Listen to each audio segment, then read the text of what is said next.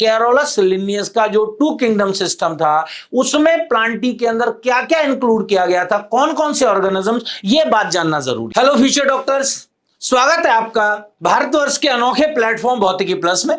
मैं डॉक्टर ब्रजेश लवानिया, आपका botany mentor, आज फिर हाजिर हुआ हूं एक इंटरेस्टिंग टॉपिक के साथ जिसका नाम है टैक्सोनॉमी की अबूझ पहेली। इस टॉपिक में आपको बताऊंगा कि आज भी 5 और 6 किंगडम सिस्टम आने के बावजूद कुछ ऐसे ऑर्गेनिजम्स हैं जिनका क्लासिफिकेशन टैक्सोनॉमिस्ट अभी तक जस्टिफाई नहीं कर पाए हैं। क्या आप ये बात जानते हैं? नहीं तो आज मेरे साथ बने रहिएगा इस लेक्चर के अंत तक। न सिर्फ आज मैं ये बातें आपको क्लियर कराऊंगा बल्कि नीट 2023 के लिए क्वेश्चन भी तैयार कराऊंगा। चलेगा, शुरू करता हूं मैं आज के इस लेक्चर को। तो सबसे पहले हम ये जान लें कि ये टॉपिक एक्चुअल में मैंने किस चैप्टर से लिया है। तो देखिए, एनसीईआरटी में 11th की एनसीईआरटी में सेकंड चैप्टर आपका बायोलॉजिकल क्लासिफिकेशन, उसी में से मैंने ये टॉपिक आज लिया है जिसका नाम है टैक्सोनॉमी की अबूझ पहेली। देखिएगा, आपने उसमें पढ़ा होगा कि हमने एट प्रेजेंट सारे लिविंग ऑर्गेनिजम्स को टोटल 5 किंगडम्स में डिवाइड किया हुआ है। ये किंगडम्स कौन से हैं ये भी आप लोग जानते हैं, मोनेरा, प्रोटिस्टा, फंजाई, प्लांटी और एनिमेलिया। लेकिन क्या आप जानते हैं ये सारे किंगडम्स एक साथ नहीं बने, इनको धीरे धीरे साइंटिस्ट के अथक प्रयास के द्वारा डेवलप किया गया है। कैसे डेवलप हुए ये तो समझिएगा, इसकी कहानी मैं आपको सुनाता हूं, ध्यान से समझिएगा। देखिएगा, सबसे पहले इस दुनिया में जो भी लिविंग ऑर्गेनिजम्स थे उनको साइंटिफिकली क्लासिफाई करने का जो क्रेडिट है वो किसको देते हैं? हम एरिस्टोटल को, क्योंकि एरिस्टोटल वो साइंटिस्ट हैं जिन्होंने लिविंग ऑर्गेनिजम्स को सबसे पहले पढ़ना शुरू किया था। सबसे पहले उन्होंने ही साइंटिफिक तरीके से ऑर्गेनिजम्स को क्लासिफाई करना शुरू किया। ऐसा नहीं है कि एरिस्टोटल से पहले लिविंग ऑर्गेनिजम्स को लोगों ने क्लासिफाई नहीं किया है, लेकिन उनके कोई साइंटिफिक ग्राउंड्स नहीं थे। दैट्स वाई जब भी ये पूछा जाए कि लिविंग ऑर्गेनिजम्स को साइंटिफिकली सबसे पहले क्लासिफाई किसने किया, तो हमारा जवाब जाएगा एरिस्टोटल। एरिस्टोटल ही सबसे पहले वो साइंटिस्ट हैं जिन्होंने सबसे पहले ऑर्गेनिजम्स को प्लांट्स में और एनिमल्स में क्लासिफाई किया था। एनिमल्स को ओवीपेरस, वीवीपेरस यानी अंडे देने वाले और बच्चे देने वाले ऑर्गेनिजम्स में क्लासिफाई किया था। प्लांट्स को हर्ब्स, श्रब्स और ट्रीज में क्लासिफाई किया था। ये सब आप लोगों ने हो सकता है इससे पहले पढ़ा होगा, लेकिन मैं आपको बता दूं कि ये शुरुआत कैसे हुई। तो इसमें हम पढ़ेंगे, इस कैटेगरी में हम पढ़ेंगे कि हमने अभी तक 4 किंगडम सिस्टम डेवलप किए हैं। इनमें जो सबसे पहला किंगडम सिस्टम डेवलप हुआ था उसका नाम है प्लांटी एंड एनिमेलिया यानी 2 किंगडम सिस्टम। लेकिन ध्यान से यहां पर ये बात समझ लीजिएगा, यदि आपसे पूछा जाए who first of all classify the living organisms in plants and animals, तो you will answer Aristotle. But आपसे यह पूछा जाए कि सबसे पहले 2 किंगडम सिस्टम में ऑर्गेनिजम्स को क्लासिफाई किसने किया था, तो सबसे पहले 2 kingdom system was laid down और प्रपोज्ड बाय कैरोलस लिनियस। मतलब क्या है? मतलब ये कि एरिस्टोटल ने लिविंग ऑर्गेनिजम्स को प्लांट और एनिमल में तो क्लासिफाई कर दिया था, लेकिन उन्होंने इसके साइंटिफिक जो पैरामीटर्स हैं, किन किन आधारों पर इनको हम डिवाइड करेंगे 2 कैटेगरी में, वो नहीं बताए थे। तो इनके साथ, इन पैरामीटर्स के साथ सबसे पहले 2 किंगडम सिस्टम दिया था किसने? कैरोलस लिनियस ने। इसके बाद एक 3 किंगडम सिस्टम डेवलप किया गया and this was developed by Haeckel. Haeckel नाम के साइंटिस्ट ने क्या किया, उन्होंने एक तीसरा और किंगडम इसमें जोड़ा जिसका नाम था protista and he gave the 3 kingdom system. That means 2 kingdom system के बाद जब 3 किंगडम सिस्टम आया तो उसमें 2 किंगडम जो कैरोलस लिनियस के थे, प्लांटी और एनिमेलिया, वो तो थे ही, एक और तीसरा सिस्टम उसमें जोड़ दिया गया जिसका नाम था Protista. In this system there were 3 kingdoms. कौन कौन से? Plantae, Animalia and Protista. Then ये भी कुछ ग्राउंड्स पर इसके जो लिमिटेशंस थी उनको रेक्टिफाई करने के लिए एक और किंगडम सिस्टम दिया गया जिसका नाम है 4 kingdom system and this was given by, ये किसने दिया था? This was given by Copeland. Copeland ने एक्चुअल में एक चौथा किंगडम इंट्रोड्यूस किया जिसको बोलते हैं अपन क्या? मोनेरा। एंड मोनेरा के साथ ही उन्होंने 3 जो पहले दिए गए सिस्टम थे उनको भी कैरी ऑन किया और he gave the 4 kingdom system जिसमें 4 किंगडम कौन से थे? प्लांटी, एनिमेलिया जो कैरोलस लिनियस ने दिए थे, उसके बाद प्रोटिस्टा जो हेकल ने दिया था, और इन्होंने उसमें एक और जोड़ दिया चौथा किंगडम जिसका नाम था मोनेरा। तो दिस सिस्टम कंटेन्स 4 किंगडम्स। कौन कौन से? मोनेरा, प्रोटिस्टा, प्लांटी और एनिमेलिया। अभी भी ये पूरी तरह से सारे ऑर्गेनिजम्स को क्लासिफाई करने में ये सिस्टम सही नहीं था या परफेक्ट नहीं था। तो आगे चल करके एक और साइंटिस्ट डेवलप हुए, आर.एच. विटेकर। उन्होंने डेवलप किया 5 किंगडम सिस्टम, जो सबसे ज्यादा अप्रोप्रिएट सिस्टम माना जाता है अभी तक का, या इसको ही सबसे ज्यादा एक्सेप्ट किया जाता है साइंटिस्ट के द्वारा। ये 5 किंगडम सिस्टम में 4 किंगडम तो वही हैं जो ऑलरेडी गिवन है, और इन्होंने एक और 5वां किंगडम उसमें जोड़ा जिसका नाम था फंजाई। अब देखिएगा, तो टोटल एट प्रेजेंट कितने किंगडम सिस्टम में? 5। कौन कौन से? मोनेरा, प्रोटिस्टा, फंजाई, प्लांटी और एनिमेलिया। ये 5 kingdoms total at present 5 kingdom system में गिवन है। चलेगा, लेकिन जब ये सिस्टम्स गिवन हुए, जब ये सिस्टम्स दिए गए, तो 2 किंगडम से जब 3 किंगडम सिस्टम बना तो उसमें क्या क्या चेंजेस हुए? जब 3 किंगडम सिस्टम से 4 किंगडम सिस्टम बना तो क्या क्या चेंजेस हुए? या जब 5 किंगडम सिस्टम बना तो उसके दौरान क्या चेंजेस हुए? उनकी सबसे पहले यहां अपन बात कर लेते हैं। ध्यान से समझिएगा, एक एक इंपॉर्टेंट पॉइंट है, एक एक बात जरूरी है। ये कई बार एनसीईआरटी आप पढ़ते हैं तो वहां से आपको क्लियर नहीं होता, एज अ होल आप पढ़ लेते हैं लेकिन आपको सारी बातें क्लियर नहीं हो पाती। तो ध्यान से समझिएगा, बात करता हूं मैं आगे। तो देखिए, किंगडम्स ऑफ लाइफ में जो 5 किंगडम्स गिवन है वो कैसे कैसे दिए गए? पहले 2 किंगडम, फिर 3 किंगडम, फिर 4 kingdom and finally 5 kingdom system दिए गए। देखिएगा कैसे। सबसे पहले कैरोलस लिनियस ने 2 किंगडम सिस्टम बनाया, जिसमें 2 किंगडम दिए, प्लांटी और एनिमेलिया। प्लांटी के अंदर किस किस को रखा गया और एनिमेलिया के अंदर किस किस को रखा, सबसे पहले हम इसकी बात करते हैं, तो ध्यान से समझिएगा। देखिए, प्लांटी में क्या क्या इंक्लूड किया गया था कैरोलस लिनियस के टाइम पर। ध्यान से समझिएगा मैं क्या बता रहा हूं। कैरोलस लिनियस का जो 2 किंगडम सिस्टम था उसमें प्लांटी के अंदर क्या क्या इंक्लूड किया गया था, कौन कौन से ऑर्गेनिजम्स, ये बात जानना जरूरी है। ध्यान से समझिए।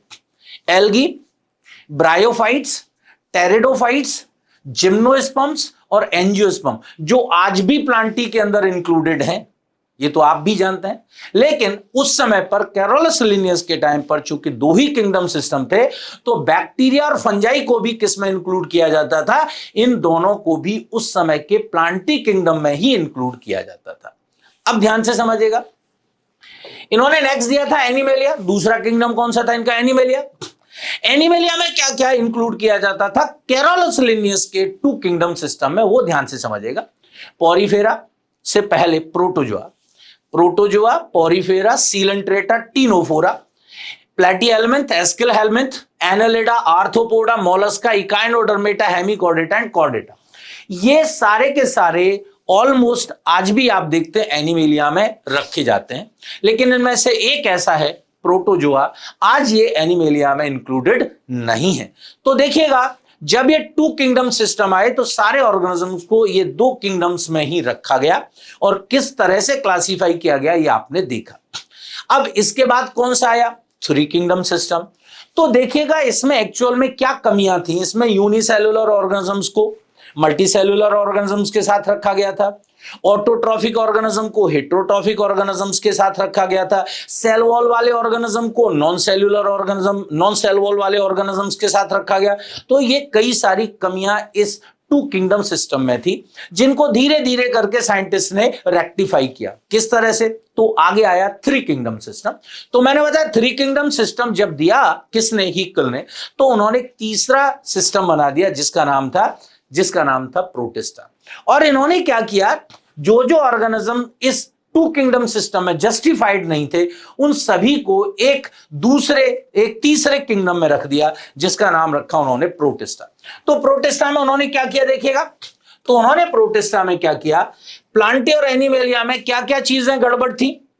प्लांटी के अंदर गड़बड़ थे एक तो बैक्टीरिया जो कि प्रोकैरियोट्स हैं, फंजाई जो कि हेट्रोट्रॉफिक हैं, तो उन दोनों को हटाया, और एनिमेलिया में से प्रोटोजोन्स को हटाया क्योंकि वो यूनिसेल्युलर है, बाकी सारे एनिमल्स मल्टी सेल्यूलर है। तो इन तीनों को हटा करके उन्होंने एक नया सिस्टम बना दिया जिसका नाम था प्रोटिस्टा। तो उस समय के थ्री किंगडम सिस्टम के प्रोटिस्टा में क्या क्या इंक्लूड किया जाता था, यह जानना आपके लिए बहुत ही जरूरी है। क्या क्या यूज किया जाता, क्या क्या इंक्लूड किया जाता था? एक तो बैक्टीरिया इंक्लूड किए जाते थे। तो देखिएगा, ये क्वेश्चन आप हो सकता है गलत कर जाएं। आपसे पूछेगा थ्री किंगडम सिस्टम के प्रोटिस्टा में क्या क्या रखा जाता था, तो बैक्टीरिया को उस समय के थ्री किंगडम सिस्टम के अंदर प्रोटिस्टा में ही रखा जाता था। राइट नाउ आपसे पूछे बैक्टीरिया किसमें, तो नहीं है, तो किसमें? ये मोनेरा में। लेकिन एट दैट टाइम ये किसमें इंक्लूड किए गए थे? प्रोटिस्टा में। उसके अलावा जो प्रोटोजुअन्स थे उनको भी किसमें रखा गया? उनको भी इनके अंदर ही रखा गया। और तीसरा था फंगस, उनको भी इन्हीं के अंदर रखा गया था। यानी ये जो किंगडम सिस्टम आया, थ्री किंगडम सिस्टम, इसमें तीसरा जो सिस्टम किंगडम था Protista, that was reserved for the bacteria, protozoans and fungus, इनके लिए दिया गया था। अब देखिएगा, इसमें भी कुछ कमियां थी, तो इनको रेक्टिफाई किया चौथे यानी फोर किंगडम सिस्टम में। फोर किंगडम सिस्टम किसने दिया था? मैंने बताया भी आपको, कोपलैंड ने। तो कोपलैंड ने जब फोर किंगडम सिस्टम दिया तो उन्होंने 3 के बजाय 4 किंगडम कर दिया और एक और किंगडम इसमें इंट्रोड्यूस कर दिया जिसका नाम था क्या? मोनेरा। तो देखिएगा, जब इन्होंने मोनेरा दिया तो इन्होंने क्या बोला कि मोनेरा में बैक्टीरिया को रख दीजिएगा क्योंकि वो प्रोकैरियोट्स हैं। अब लेकिन फिर वापस से वही बात आन पड़ी कि क्या करें हम, प्रोटिस्टा के अंदर किसको रखें? अभी भी चूंकि प्रोटोजुअन्स क्या थे? सेल वॉल लैकिंग थे, और फंगस क्या थे? सेल वॉल कंटेनिंग थे। अभी भी वो जस्टिफाइड नहीं था। तो वापस साइंटिस्ट ने क्या किया, किसने? कोपलैंड ने। तो कोपलैंड ने क्या किया, मोनेरा के अंदर तो किसको रख दिया? बैक्टीरिया को। और प्रोटिस्टा के अंदर किसको रख दिया? प्रोटोजुअन्स को। अब बच गया फंगस। फंगस को रीशिफ्ट कर दिया किसमें? प्लांटी में। यानी टू किंगडम सिस्टम में फंगस किसके अंदर थे? प्लांटी के। और थ्री किंगडम सिस्टम में किसके अंदर थे? प्रोटिस्टा के। और फोर किंगडम सिस्टम में वापस कहां शिफ्ट हो गए? वो वापस शिफ्ट हो गए वो प्लांटी में। अब ये भी पूरी तरह से जस्टिफाइड क्लासिफिकेशन नहीं था। तो इसके बाद आया कौन सा? फाइव किंगडम सिस्टम, जो किसने दिया था? आर एच विटेकर ने। और इन्होंने इन सारे ऑर्गेनिजम्स को करेक्टली क्लासिफाई करने के लिए पांचवा किंगडम इसके साथ और इंट्रोड्यूस कर दिया जिसका नाम था फंजाई। इस तरह से टोटल किंगडम हो गए कौन से? 5। कौन कौन से? मोनेरा, प्रोटिस्टा, फंजाई, प्लांटी और एनिमेलिया। लेकिन इन सभी में जो सबसे ज्यादा क्वेश्चन आने के चांसेस हैं वो है फाइव किंगडम सिस्टम पर। तो पहले हम जानेंगे फाइव सिस्टम किंगडम के सारी बातें, और फिर उसके बाद वो अबूझ पहेली की बात करूंगा जिसकी चर्चा मैंने सबसे पहले स्टार्टिंग ऑफ द वीडियो में की थी। चलेगा, बात करते हैं अपन फाइव किंगडम सिस्टम की। चलेगा, बात करेंगे अपन फाइव किंगडम सिस्टम की। तो देखिएगा, ये फाइव किंगडम सिस्टम है जिसको विटेकर ने दिया था। विटेकर का ये जो फाइव किंगडम सिस्टम है, इसके अंदर 5 किंगडम मैंने पहले बताए कौन से हैं। मोनेरा है, प्रोटिस्टा है, फंजाई है, प्लांटी और एनिमेलिया। लेकिन इसको क्लासिफाई करने के लिए उन्होंने टोटल 5 बातें इंक्लूड की हैं। वैसे तो बहुत सारे पैरामीटर्स हैं, आप पढ़ेंगे एनसीईआरटी में, बहुत सारे पैरामीटर्स हैं। Cell type, cell wall, cell membrane, mode of nutrition, mode of reproduction, बहुत सारी बातें हैं। लेकिन इन सारी बातों में से जो मेन क्राइटेरियाज थे वो कौन से थे, वो सबसे पहले आप जान लीजिएगा। इसमें टोटल 5 मेन क्राइटेरियाज हैं, जिनमें से यदि प्रेफरेंशियल ऑर्डर में रखें तो 3 बहुत ही ज्यादा इंपॉर्टेंट हैं, जिनके बिना इस क्लासिफिकेशन को दिया ही नहीं जा सकता।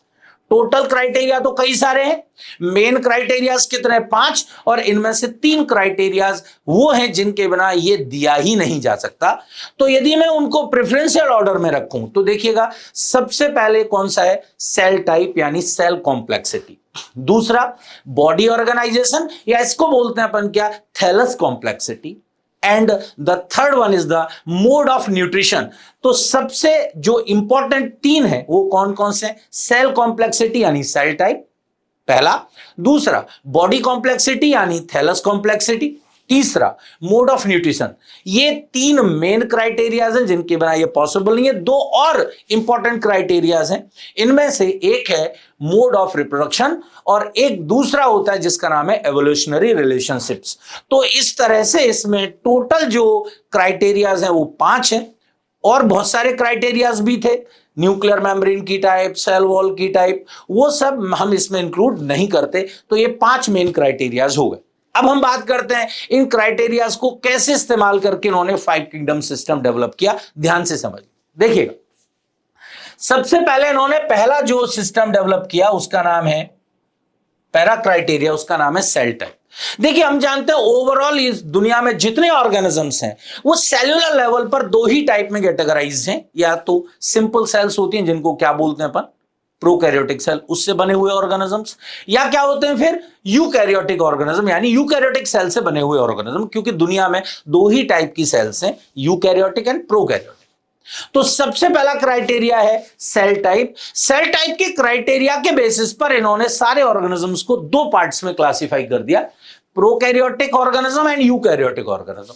मींस इस पूरे 5 किंगडम सिस्टम में देखें तो सिर्फ एक ही किंगडम है, कौन सा, मोनेरा, जिसमें प्रोकैरियोटिक ऑर्गेनिजम्स को इंक्लूड किया जाता है। बाकी सारे के सारे यूकैरियोटिक हैं। प्रोटिस्टन भी यूकैरियोटिक हैं, फंजाई भी यूकैरियोटिक हैं, प्लांटी भी और एनिमल, ये सारे चारों किंगडम में यूकैरियोटिक ऑर्गेनिजम्स होते हैं। अब इन्होंने दूसरा क्राइटेरिया रखा, बोले बाकी सारे ऑर्गेनिजम्स कैसे हैं, यूकैरियोटिक, तो उसमें उन्होंने दूसरा क्राइटेरिया रखा थैलस ऑर्गेनाइजेशन।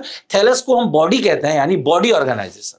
तो इन्होंने देखा यूकैरियोटिक ऑर्गेनिज्म में दो टाइप के ऑर्गेनिजम्स होते हैं, कौन कौन से, एक तो होते हैं यूनिसेल्युलर ऑर्गेनिज्म और दूसरे कौन से होते हैं, मल्टीसेल्युलर ऑर्गेनिज्म।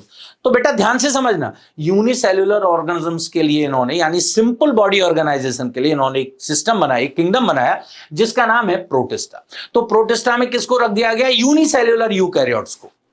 तो बाकी जितने ऑर्गेनिजम्स बचे हुए हैं, यानी फंजाई में, प्लांटी में और एनिमेलिया में, इनमें है तो सारे के सारे यूकैरियोटिक ऑर्गेनिज्म, लेकिन वो कैसे, मल्टी सेल्यूलर यूकैरियोटिक ऑर्गेनिज्म।